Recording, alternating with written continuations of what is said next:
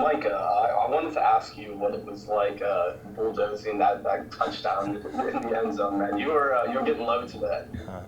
Well, first of all, shout out to Coach Norvell, the O-line, and the receivers for going out there and blocking their butts off, and the RBs too. I appreciate them because without them, I wouldn't be able to set myself up for that play. And when I feel like it's an opportunity to get the ball in my hands, coach is putting his faith in me, and honestly, he's built more confidence in myself because he believes in me. When you have a coach that can believe in you and truly invest in you, you start to pick up that confidence and you start to pick up that true identity of what you're about. And so, Coach Norvell has been a very key aspect in believing in me, and so is Coach Dugans and Coach Atkins. They're all the guys that continue to remind me who I am and what I am capable of doing. And so shout out to them. And honestly, I just, I got the ball. I wanted to score, so I got my butt in that end zone. Next question will be Ira Schofel from War Chant. I know it's not a packed house, but this was both of your first chance to be in front of fans inside of Doak. What was it like? And I guess just kind of describe the emotions before the game and then getting the play out there. You got it. I can't speak for Mycah, but for me, coming from Albany, it wasn't like a bigger stadium like it is here. It's a whole different environment. You come out, everyone's screaming, everyone's hyped up. Can't let the emotions get the best of you, though. We came out hard, offense and defense, both going as hard as they can. So it was just a whole new experience. I'm excited to get a lot more in the fall. For me, it was really great. It was a great experience to be out there and actually see some fans out there and go out there and play. And it's a blessing and a great opportunity. And I just can't be more thankful to be out there on the field, healthy, and going out there and playing with my friends. Next will be Brennan Sinone from Knowles 247. This question's for Mycah. It looks like he got a little dinged up at one point. Had to go to the locker room, came back. Some guys, I imagine, would have just ended the spring there or after the spring game there. Why was it important for you to come back and to keep playing today? Well, I'll just say I did have the option to stop, but I'm not the guy to stop. I wanted to continue to play, and people will say it's spring ball. Who cares about it? What's the importance of spring ball? And the importance of spring ball for me is discovering my identity and showing the coaches what I'm capable of doing and being that guy that the team can rely on. Even no matter what type of obstacle is going to come my way, the guys can lean on me and can rely on me to go back out there and make plays. And I just got to play with obviously reckless abandon and act like nothing's hurting me. So that's what comes with football. And at the end of the day, you're always going to play with little dingers and stuff like that. So I'm a big boy. My dad raised me good, and I'm going to go out there and play some big boy football. Next will be Kurt Weiler from Tallahassee Democrat. Mycah, you talk about big boy football. It was the first time we kind of saw the game setting, maybe as full of contact we saw this spring. I know Jordan called you kind of a ball of muscle, I think he said, and then he just kind of he said you crave contact. I guess, how much do you pride yourself on your physicality in your game? It's something that I didn't really get to display at Oregon because obviously just for whatever reason what was going on, I wasn't able to display what I was capable of doing with the ball in my hands. And I'm a guy who doesn't shy away from contact. I'm always thinking of how I can make the DB miss, what's going to allow me to get those extra yards because, Coach Tuck and Coach Atkins, they put it in a great perspective. If you think of a receiver who has 60 catches and doesn't fall forward, he might end the season with 800 yards. If he falls forward for those 60 catches 5 times, that's an extra, if you do the math, that's 300 yards, if you think of that. So if you can be that physical receiver that can go and make yards after contact and stuff like that and not shy away from it, you can reward yourself big. All right, next will be Matt Baker from Tampa Bay Times. Mike, you talked about how spring is kind of discovering your identity. So after going through just about all the spring now, what do you think your identity is in this program?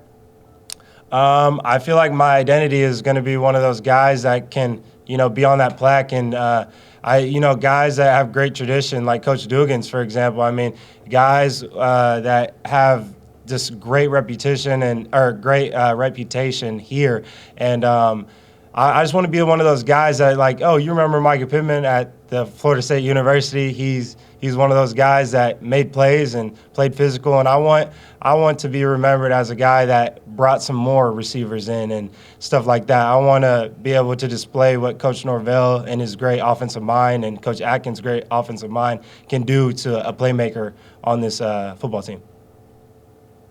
Next will be Carter Carls from Tallahassee Democrat. Yeah, this one's for Jared. Just from your perspective, what has made Trey Benson such an effective running back? Has had a lot of nice plays today. Trey just fast. Trey just really fast. If Trey gets to the corner, he's gone. Trey's one of the few people, like, when I look at him, I'm like I'm hesitant on if I could catch him or not. He's fast. He runs hard. Like Mycah, he don't shy away from contact at all. You know, if he comes down the middle, he's not going to shy and try to do a little shake. He's going to run down, run hard. He stays low. But honestly, it's just his speed. It's just, that kid is fast. Like, I don't even know what else to say. Some big words from Jared right there. Jared's He's just fast, man. He's just fast. Yeah. Next will be Aslan Hajabandi from Warchant. If each of you guys could answer this, I guess, Jared, if you'd start off, but you each had your sort of opinions and made your decision to come to Florida State based on, I guess, some feelings you had about the program. Those feelings going through the offseason, what do you now know about this team after 14 practices and one remaining? Jared, and then Mycah, if you could after. Coach Norvell keeps his promises. You know, before I came here, he told me when I met with him, me and my mom, he said he wouldn't let me not be my best. He'd make sure I gave my all every day. He'd make sure he gave me the same in return. And he told me he was going to work me harder than any other program could.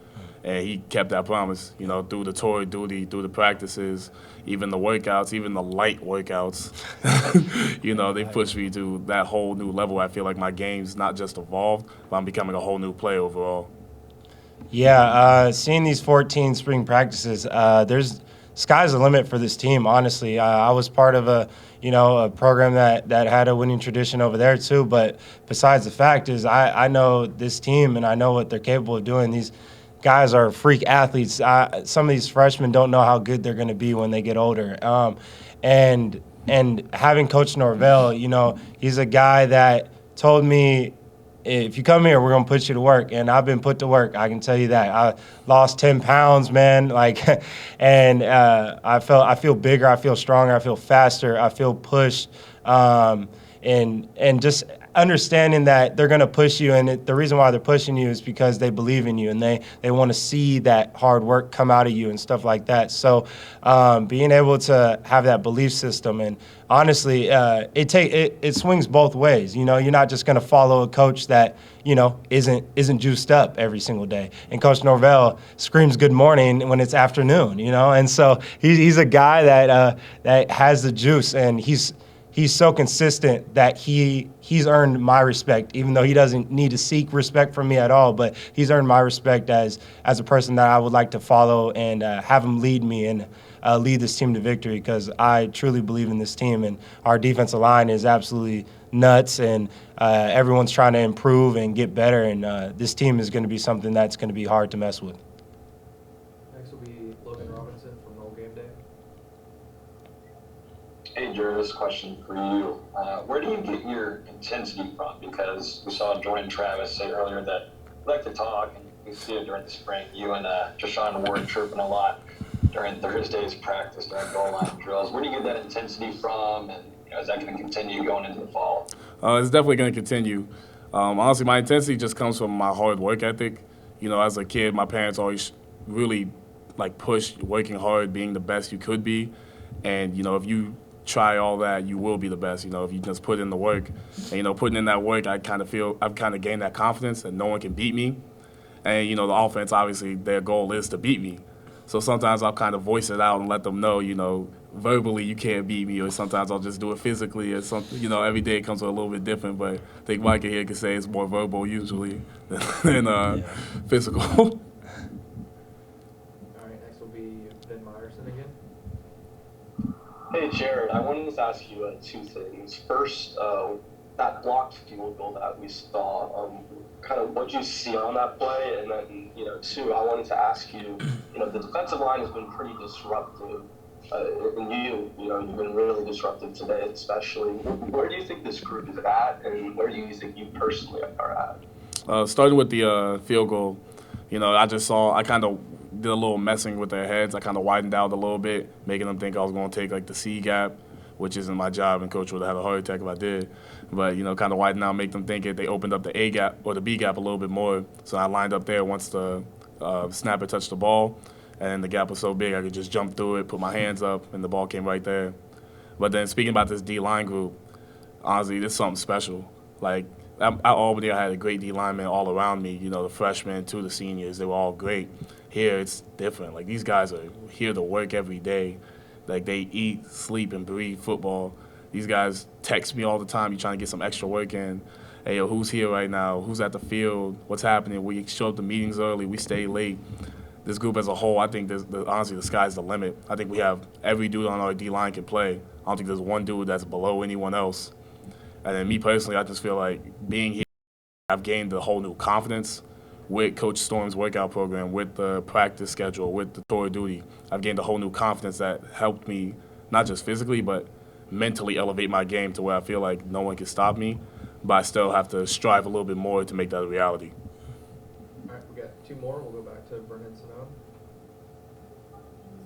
Mycah, you're familiar with Trey Benson's journey probably more than most, given your time at Oregon. I guess what has it been like? Well, can you kind of explain, like, were you there for his injury, what that was like, and now to see him do what he did today, just how far he's come in a couple of years? Yeah, I'm proud. I'm proud of the kid. He's obviously younger than me, but he's a guy who's worked, rehabbed. He was a guy that was super talented, and he was actually going to be in the rotation a lot until he suffered an injury that that was hard, and everyone felt for him because he was balling in camp. He was doing his thing, and I think a lot of people lost sight of who Trey was and how Trey operated. And so I think he needed a fresh start, and him being here is a fresh start.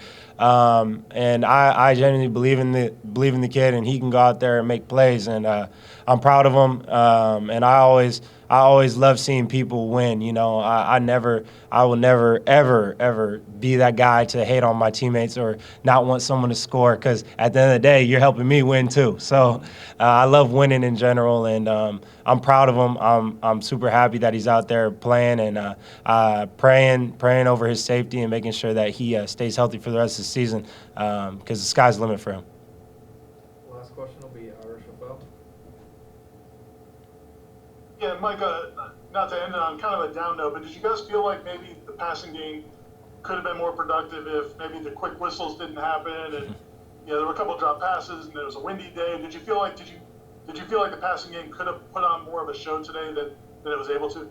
I mean, at the end of the day, we had to go out there and play with whatever the weather is. I mean, for example, my freaking punt, that's absolutely embarrassing. I've looked probably the most unathletic I ever looked out there, like, honestly, and it's embarrassing. And there's no excuse. If I blame the wind, I'm winding myself all the way to the sideline with the wind. So, like, it's something that, I mean, the weather doesn't really matter. The offensive pass game, I feel, is very explosive, and we've been very consistent in that during our time. The defensive line just had their day today, and at the end of the day, I fully believe in our quarterbacks, because I've seen quarterbacks, and these quarterbacks are definitely something to be not to be messed with, honestly, because these guys can put it in places that no quarterback I've seen can do, other than my boy Jay Herb, obviously.